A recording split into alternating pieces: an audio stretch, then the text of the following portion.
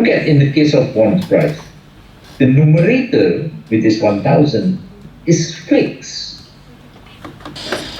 That's why in the case of bonds market, what matters is only the maturity there, okay? Whether it's 2 years, 3 years, or 10 years, and the yield, the interest rate here.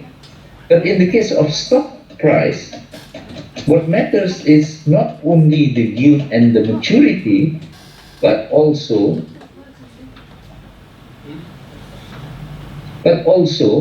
the dividend. So the numerator matters here. Okay? Why? Because the dividend can change. That's why there is an expected also here. So even D, you have E here, right? So there's E, meaning expected dividend. So the difference between stock price and the bonds price is that the numerator in the stock price varies depending on the economic condition. Hello, sir. I think you. And here, yes. You mentioned Go a ahead. wrong slide. I'm sorry. So the students ask the questions. Which slide are you referring to? Oh, here. What do you see now? This is the slide that I'm. The title of the slide is stock price.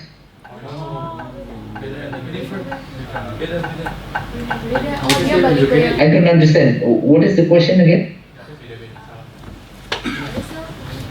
Jana, can you help me to resolve this? What's going on? The slide that is shown has frozen, so it's still in the bond yield slide. So maybe if you reclose and reopen the PowerPoint, that would be nice. Oh, I see. Okay, can you see stock price now? Not yet. Or maybe we can restart the call. But we can see your cursor moving though. That's odd. That's why I don't understand why. I'm in the stock price now. Is it on the slideshow, Prof, or just the regular PowerPoint is good? Regular PowerPoint. Okay. Have you? Can you see it? Can you see moving now? No. Yeah, we can see your cursor, but the slide is still stuck. Maybe we can close the PowerPoint, reopen the PowerPoint again. Let me close the PowerPoint and then I'll open it. Yes.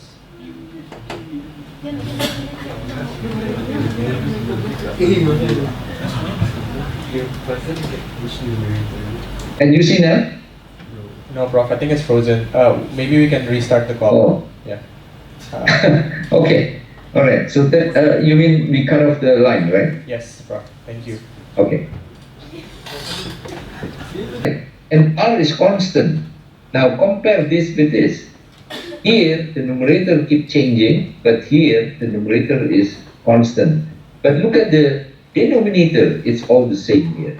This is the denominator for the stock price and this is the denominator for the bonds price. It is the same.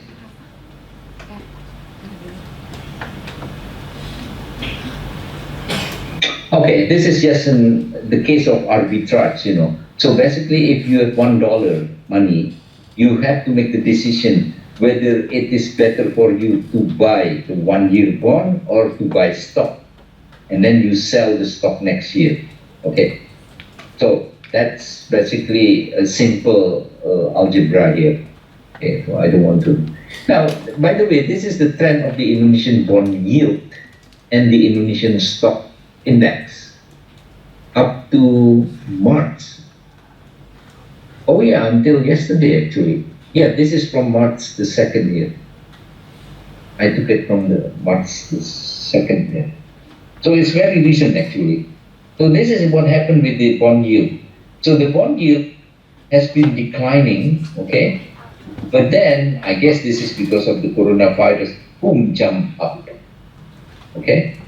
Now in the case of Indonesian stock, it's stable, but then it's declining. Again, I guess this is because of the coronavirus things.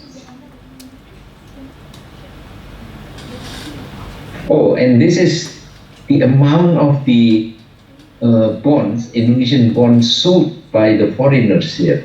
So the foreign ownership, as I said earlier, is quite big. So the white color here is the foreign ownership, okay? And the blue one is the yield here, okay? This is only up to December, and then you saw the yield earlier is spike, right? In the earlier chart. Here. So there's a spike here. Anyway, you can download yourself, and I'm sure in the internet somewhere you can look at. Just to give you an idea, it's always useful to look at the actual, whatever topic that we are discussing in class. Look at the actual trend in Indonesia, okay? All right, now let's try to connect, now that you understand about those two markets, bonds market and stock market, let's try to connect with the macroeconomic. Let's try with the policy first. Now, the first one is on consumption. So suppose there's an increase in consumption spending. So the capital C in your GDP aggregated money quotient increase. Now, if you look at the ISLM curve, what happened is that the IS curve shift to the right, from IS to IS prime here, right? So, if I'm asking you, suppose that happened, what happened with the stock market? Your answer should be, well, it depends.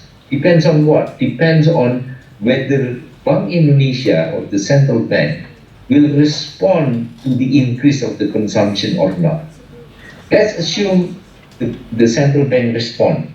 What is the response? Raise the interest rate. Now remember, we are now using the horizontal LM curve. So raising the interest rate means push up the LM curve up. So that means the equilibrium, instead of from A to A prime, now your equilibrium is moving to A double prime. So what's the difference between A double prime and A prime? The difference is that the level of the output remains the same. Okay? Remains the same. Whereas the second scenario, if Bank Indonesia did not respond to the increase of the consumption, then what you have is output increase to A prime. Okay? So let's analyze this scenario. Scenario 1 and scenario 2. Let me repeat. Scenario 1, Bank Indonesia respond by increasing the interest rate. Scenario 2, Bank Indonesia did not respond. Okay? So let's start with the scenario 1. Here is my question.